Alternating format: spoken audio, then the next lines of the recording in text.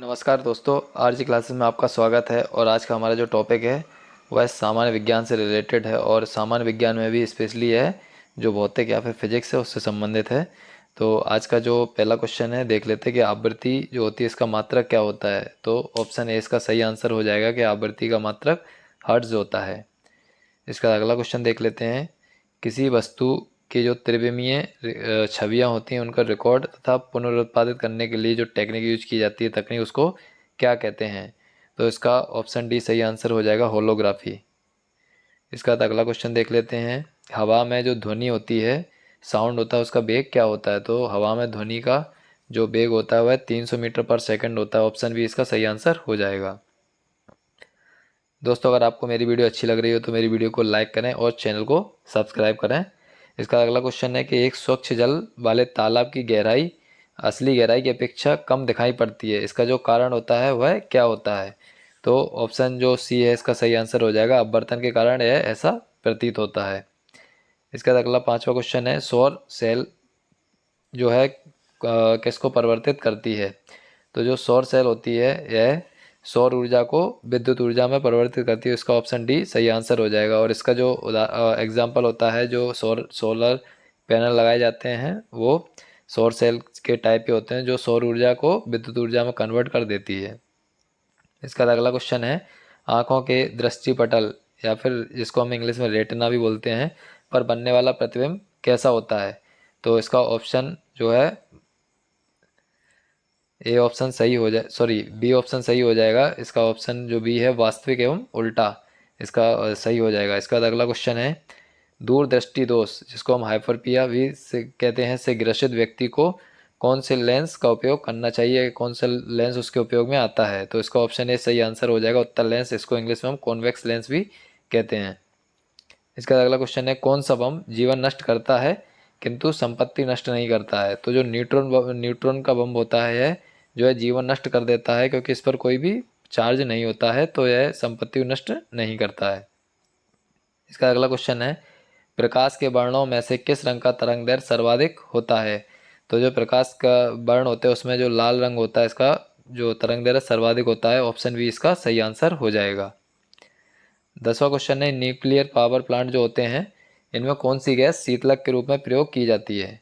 तो जो helium gas होती है, हीलियम गैस इसमें शीतलक के रूप में प्रयोग की जाती है। ऑप्शन ए इसका सही आंसर हो जाएगा। 11वां क्वेश्चन है, द्रव की चतुर्थ अवस्था को क्या कहते हैं। तो द्रव की जो 3 अवस्थाएं होती हैं, मेन द्रव, ठोस और गैस। तो इसमें जो चौथी अवस्था होती है जिसको हम प्लास्टिक के रूप में देखते हैं तो वह प्लाज्मा उसको बोलते हैं। तो ऑप्शन डी इसका सही आंसर हो जाए, जो ना तो द्रव होती है ना ठोस होती है। इसका अगला क्वेश्चन है कि द्रव का जो आयतन होता है, द्रव का जो वॉल्यूम होता है वह सबसे कम किस तापमान पर होता है। तो द्रव का जो वॉल्यूम होता है वह सबसे कम 4 डिग्री सेल्सियस पे होता है। तो इसका ऑप्शन बी सही आंसर हो जाएगा। यह एग्जाम में कई बार पूछा जा चुका है तो यह इंपॉर्टेंट क्वेश्चन है। इसका अगला क्वेश्चन है कि मानव शरीर का सामान्य तापक्रम क्या होता है। तो मानव शरीर का जो जनरल टेम्परेचर होता है वह 37 डिग्री सेल्सियस होता है। ऑप्शन डी इसका सही आंसर हो जाएगा। इसका अगला क्वेश्चन है कि कैमरे में कौन से लेंस का प्रयोग किया जाता है। तो कैमरे में जो है उत्तल लेंस का प्रयोग किया जाता है। तो इसका ऑप्शन ए सही आंसर हो जाएगा, कॉन्वेक्स लेंस इसे इंग्लिश में बोलते हैं। इसका अगला क्वेश्चन है, एक स्वतंत्र रूप से लटका हुआ चुंबक जो होता है वह किस दिशा में रुकता है। तो जो चुंबक होता है उसमें नॉर्थ और साउथ पोल होते हैं, तो यह जो है उत्तर दक्षिण दिशा में रुकता है। इसको हम अगर लटका देंगे तो इसके जो सिरे होते हैं वह उत्तर दक्षिण दिशा में आ जाएंगे। इसका ऑप्शन सी सही आंसर हो जाएगा। इसका अगला क्वेश्चन देख लेते हैं कि 1 किलोग्राम जो राशि होती है इसका वजन कितना होता है। तो ऑप्शन डी इसका सही आंसर हो जाएगा, 9.8 न्यूटन इसका वजन होता है। इसका अगला क्वेश्चन देख लेते हैं कि एक्सरे जो होता है, एक्सरे जो किरणें होती हैं एक्सरे, उसकी खोज किसने की। तो एक्सरे की जो किरणों की खोज है रोहंटजन ने की। तो ऑप्शन बी इसका सही आंसर हो जाएगा। इसका हम देख लेते हैं जो अल्फा बीटा किरणें होती है इसमें जो रदरफोर्ड है, तो अल्फा बीटा किरणों की खोज रदरफोर्ड ने की थी। 18वां क्वेश्चन है कि टीवी के संचालन में किन तरंगों का प्रयोग किया जाता है। तो जो टीवी का संचालन होता है इसमें रेडियो तरंगों का प्रयोग किया जाता है। ऑप्शन ए इसका सही आंसर हो जाएगा। 19वां क्वेश्चन है कि एंडोस्कोपी जो होती है, एंडोस्कोपी में जो एंडोस्कोपी की टेक्निक होती है वो किस पर आधारित होती है। तो जो एंडोस्कोपी होती है इसमें पूर्ण आंतरिक परावर्तन पर आधारित होती है। इसका ऑप्शन डी सही आंसर हो जाएगा। और जो एंडोस्कोपी होती है उसमें जो है शरीर के जो अमाशय है या फिर अन्य जो अंग होते हैं उनके अन्वेषण किया जाता है। इसका अगला क्वेश्चन है, सबसे कम तरंग लंबाई की कौन सी किरणों की होती है? तो जो सबसे कम तरंग लंबाई होती है वह गामा किरणों की होती है। ऑप्शन सी इसका सही आंसर हो जाएगा। इसका 21वां क्वेश्चन है कि विद्युत प्रतिरोध का मात्रक क्या होता है? तो जो विद्युत प्रतिरोध होता है इसका मात्रक ओम होता है। ऑप्शन डी इसका सही आंसर हो जाएगा। अगला क्वेश्चन है कि वायु की चाल को मापने के लिए किस उपकरण का प्रयोग किया जाता है? तो वायु की जो चाल होती है उसको मापने के लिए एनोमोमीटर का उपयोग किया जाता है, और अगर समुद्र की गहराई नापनी है तो उसके लिए फेदोमीटर का उपयोग किया जाता है।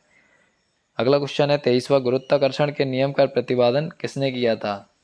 तो जो गुरुत्वाकर्षण का नियम है इसका प्रतिपादन न्यूटन ने किया था। तो ऑप्शन डी इसका सही आंसर हो जाएगा। अगला क्वेश्चन है, मानव जीवन के लिए ओजोन परत क्यों आवश्यक है? तो जो मानव जीवन के लिए ओजोन परत है परागैंग्निक विकिरणों को आने से पृथ्वी पर रोकती है। तो इसका ऑप्शन ए सही आंसर हो जाएगा। और अगर इनकी अनुपस्थिति रहेगी तो पराबैंगनी विकिरण है पृथ्वी पर आ जाएंगे और जीवधारियों को जो है त्वचा कैंसर जैसे रोग हो जाएंगे।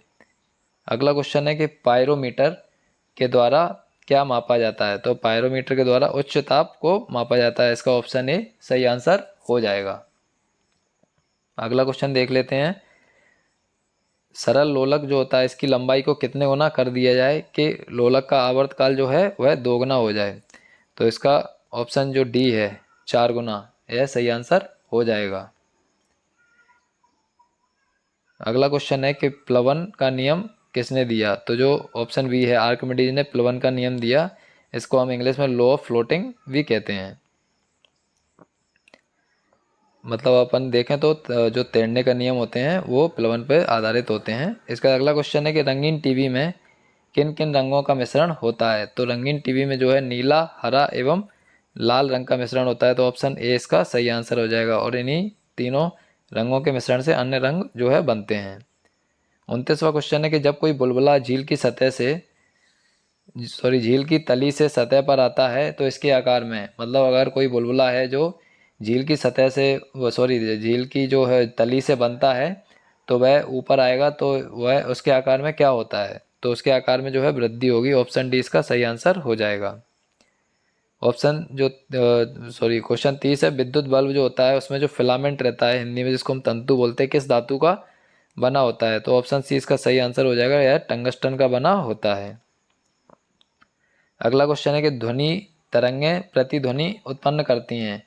तो जो ध्वनि तरंगें हैं यह प्रतिध्वनि जो है परावर्तन के कारण उत्पन्न करती हैं। तो इसका ऑप्शन डी सही आंसर हो जाएगा। अगला क्वेश्चन है, टेलीफोन लाइन में कौन सी ऊर्जा प्रवाहित होती है? जो टेलीफोन लाइन है इनमें जो है विद्युत ऊर्जा प्रवाहित होती है। तो ऑप्शन बी इसका सही आंसर हो जाएगा। 33वां क्वेश्चन है कि ऊष्मा विकिरणों की जो वेग की गति होती है तो वह प्रकाश की स्थिति में अगर देखेंगे तो उसका क्या इसका सही आंसर हो जाएगा। तो जो ऊष्मा विकिरणों की गति होती है प्रकाश के जो है बराबर होती है, प्रकाश की गति के बराबर होती है। ऑप्शन ए इसका सही आंसर हो जाएगा। 34वां क्वेश्चन है कि मानव कान जो है सुरक्षित रूप से ध्वनि के कितने डेसिबल सहन कर सकता है? तो इसका ऑप्शन डी सही आंसर हो जाएगा। जो मानव कान होते हैं वह 120 डेसिबल तक आवाज़ को सहन कर सकते हैं। यहाँ से स्पष्ट होता है कि जो इकाई होती है मापने की वह डेसिबल होती है। ध्वनि की तीव्रता को मापने की इकाई डेसिबल होती है। इसका आज का आखिरी और अगला क्वेश्चन देख लेते हैं कि जो ऑप्टिकल फाइबर होती है जिसका प्रयोग आजकल इंटरनेट वगैरह में काफ़ी यूज किया जाता है तो यह किसकी बनी होती है? तो जो ऑप्टिकल फाइबर होती है रेशम एवं कांच से मिलकर बनी होती है। ऑप्शन सी इसका सही आंसर हो जाएगा। आज का वीडियो में यहीं पर समाप्त करते हैं। अगर आपको वीडियो अच्छी लगी हो तो वीडियो को लाइक करें और चैनल को सब्सक्राइब करें ताकि आगामी वीडियो भी आपको मिलती रहें। और आपको अगर किसी स्पेशल टॉपिक पर वीडियो चाहिए तो आप मुझे कमेंट सेक्शन में बता सकते हैं। धन्यवाद।